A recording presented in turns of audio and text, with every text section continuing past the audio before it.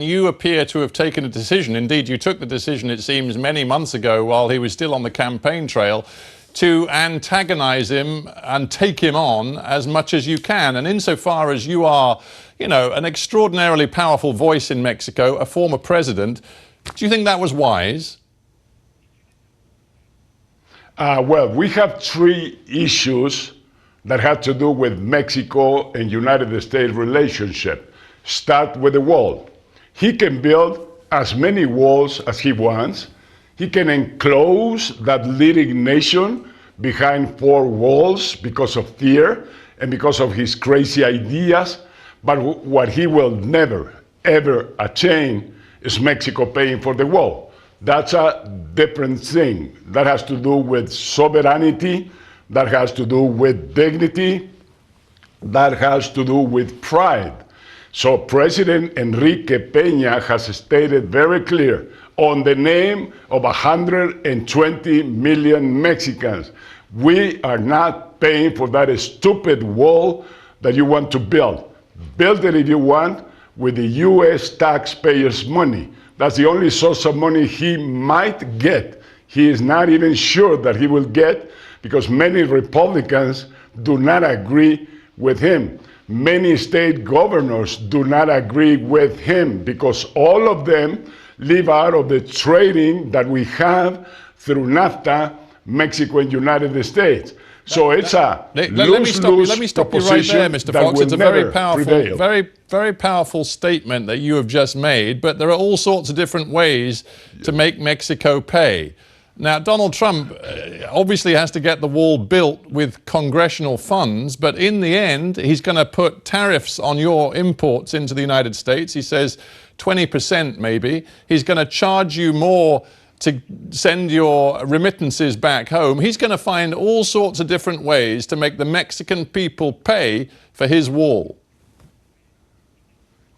Let me tell you, every action has a reaction. If he taxes imports to United States coming from Mexico, we will tax exports of United States to Mexico. As you know, we have an even situation on trading. We sell every year to United States close to $300 billion US worth of goods and products. And they sell to Mexico almost the equivalent amount. So nobody will win on a trade war. Everybody will lose, starting with the US consumer that will have to pay 20% more for the car he's buying, 20% more for the guacamole that he's buying, 20% more for the tequila that he's buying. Well, you know what, I dare say Americans can probably live with a little less guacamole and a little less tequila. But the fact is, your economy is per capita more dependent on your trading relationship with the United States than the United States is on you. So when it comes down to that raw thing about leverage, the US has the leverage, you don't. Yeah, you're right. We all lose. But look at this. We have a trade agreement with Europe. We have a trade agreement with Britain included on the European Union. If Britain gets out, still we can put together a trade agreement. And let me tell you, European Union market is 500 million people. US market is 300 million people. The gross product of the European Union altogether is larger than the gross product of United States. So we just have to look to our side. We have a trade agreement with Asia. We have trade agreements with Latin America. So Mexico is the economy that has more trade agreements than anybody else. We don't want to lose our market in United States.